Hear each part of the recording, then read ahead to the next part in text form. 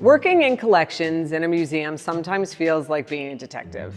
You have to find artifacts and materials in your storage, hunt down provenance sometimes, and try to find some obscure piece of information that you saw randomly in a newspaper article 4 years ago, which is now pertinent to something someone just donated. But at other times, the mystery is larger and stretches back to the beginnings of the institution and a sinister and grisly murder which rocked the underpinnings of its establishment. But mostly not. Although it has happened, and if you stay to the end of this video, I'll tell you a story about a murder at a museum. I've worked in many museums, and generally the most interesting mysteries have to do with items that were accepted into the collection at the foundation of the institution itself. Provenance of the item wasn't always reliably recorded, and the background or identification also really sketchily detailed. Today, we are going to explore these beautiful glass chains, which have been sitting in the Barnum's collection stack since 1893. Welcome to Curious People Wanted. I'm Dr. Daryn Reyman-Lock, curator of the Barnum Museum. So here's what we know about these chains. They are glass, and since the color is a light aquamarine, it is probable that they were made from bottle glass specifically.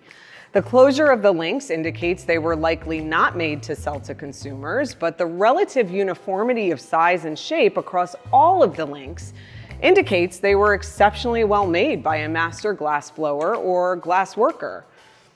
That's what I can observe physically, but what else do we know? According to the tag and the little bit of information in our curatorial file, these were obtained by the first curator of the Barnum Institute of Science and History, David Pell Secor, in Montreal, Canada in 1893. Well, that's all fine and good, but these pieces of information don't really tell us what they are or what they were used for. So I started doing research, and the little bit I found suggested that these chains were something called glass whimsies. Glass whimsies, also called friggers, were items that were not part of the regular production of a glassworks, but made by glass blowers at the end of the day with whatever glass was left over. These items usually had no utilitarian application and were aptly named whimsies because whatever was made represented the whim of its maker. Although offhand items, whimsies often demonstrated the skill of a glassworker and ranged from simple items like turtles to more complicated designs. Everything from canes, chains, sock darners, bellows bottles, rolling pins, powder horns, banks, bells, Jacob's ladders, and witch balls. For those who don't know, a witch ball is a hollow glass sphere or orb which historically was hung in windows in England to ward off evil spirits and ill fortunes during the 16 and 1700s. They were something used to prevent against evil, essentially. Glass blowers even made noisemakers called flip-flops. These were round spheres that were flattened on one end, and when you blew into them, they'd make a popping sound. Although one of the most popular styles of glass in the 19th century, the creation of whimsies go back approximately 4 centuries. The earliest whimsies, formed in the shapes of boots and hats, were discovered in Germany and date to the 1400s. Interestingly, some whimsies did actually have some practical application. Some were created to demonstrate the properties of glass. For instance, Jacob ladders were used to show the flexibility of the material. So a glassmaker would take molten glass and gather a small amount at the end of a jax. A jax is like a big tweezer used in glass blowing, and they would wrap the glass around the jax in a spiral. The spiral would cool quickly and could be removed. It was then stood on its end, and a person could apply a light amount of pressure to compress the spiral, and when they released that pressure, the ladder would spring back to its original height. So where would these demonstrations happen?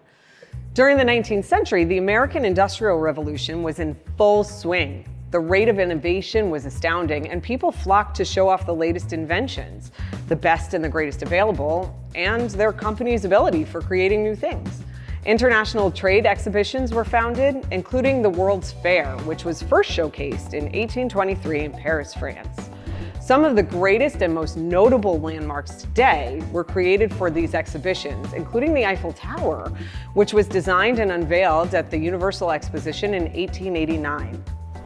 In 1893, the World Columbian Exposition, held in Chicago, resulted in a huge complex designed by some of the most famous architects in the world, like Daniel Burnham and Frederick Law Olmsted. Over 27 million people attended and were exposed to things like the Ferris wheel, the zipper, and even Cracker Jacks for the first time. A number of major factories and artists had exhibit spaces or funded the construction of their own building at this Chicago-based exposition, including Louis Comfort Tiffany and the Libby Glass Company. Libby Glass in particular is interesting in our case because their building was outfitted with several areas, all of which were separated by glass link chain and included a working glass factory. They also had live demonstrations of glass making. While the company was producing really high quality leaded glass pieces for public consumption, we know that a number of items were produced at the World's Fair for souvenir purposes, including things like glass slippers, cut glass plates, saucers and cups, an egg-shaped salt shaker, and paperweights. We also know that they showed off their glass fabric, which was manufactured alongside weavers who took spun glass and wove it into a silk-like fiber, which looked a lot like gabardine. They had taken this glass fabric and made two dresses, actually. One was worn by Princess Eulalia, the Infanta of Spain, and another by actress and comedian Georgia Kaivan. So how does this relate to our chains, and why am I telling you all this stuff? Well, we know our chains were purchased in 1893 in Montreal, over 800 miles away from Chicago, although there is some rumor in our museum that the chain is somehow linked to the 1893 Chicago Fair. The rumor is completely unsubstantiated though. But the absence of evidence does not necessarily mean the evidence of absence. So it is possible that our chains were examples of the glass-linked chain that divided the different areas of the Libby building, or maybe they could have been produced during one of the demonstrations by the Libby glassblowers. Sure, but all of this is pure speculation and probably pretty unlikely.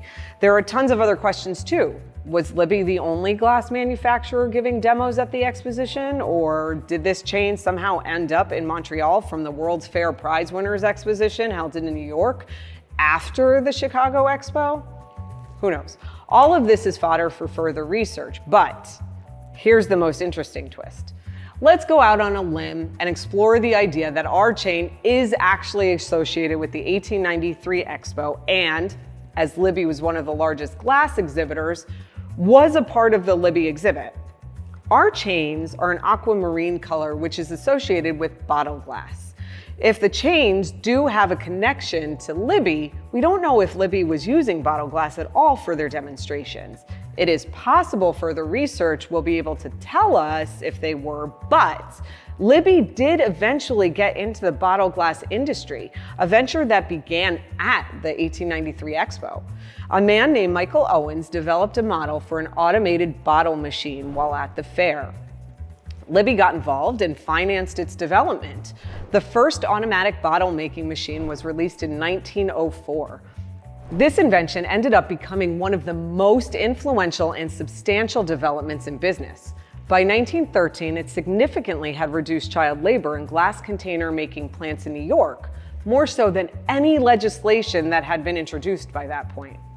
Okay, so the mystery continues, and while our glass chain mystery doesn't involve murder, or at least doesn't as far as I can tell, there are museums that do have histories of murder, like the Smithsonian. Philadelphia artist Otto Seelhorst went to Washington, D.C., and after being in the city for less than 24 hours, entered the museum and killed lithographer Franciscus von Ittersen. Although museum visitors heard nothing, museum employees did and found Seelhorst holding a rifle while standing over von Ittersen's body. Seelhorst was arrested, and although investigators considered the act one of insanity, Seelhorst said he was of sound mind and that he's murdering von Ittersen was the result of an indecent act to which he was subjected by von Ittersen when he was a teenager. Although Seelhorst claimed the murder was not random, a jury heard the trial on March 28, 1907, and in less than 90 minutes from start to finish, the trial resulted in a verdict of not guilty by reason of insanity, and Seelhorst was committed to a hospital for the insane. And that's it today, folks. As always, please remember to like and subscribe to this channel. Feel free to ask any questions in the comments below or suggest topics that you'd like me to explore, but most importantly, remember to stay curious.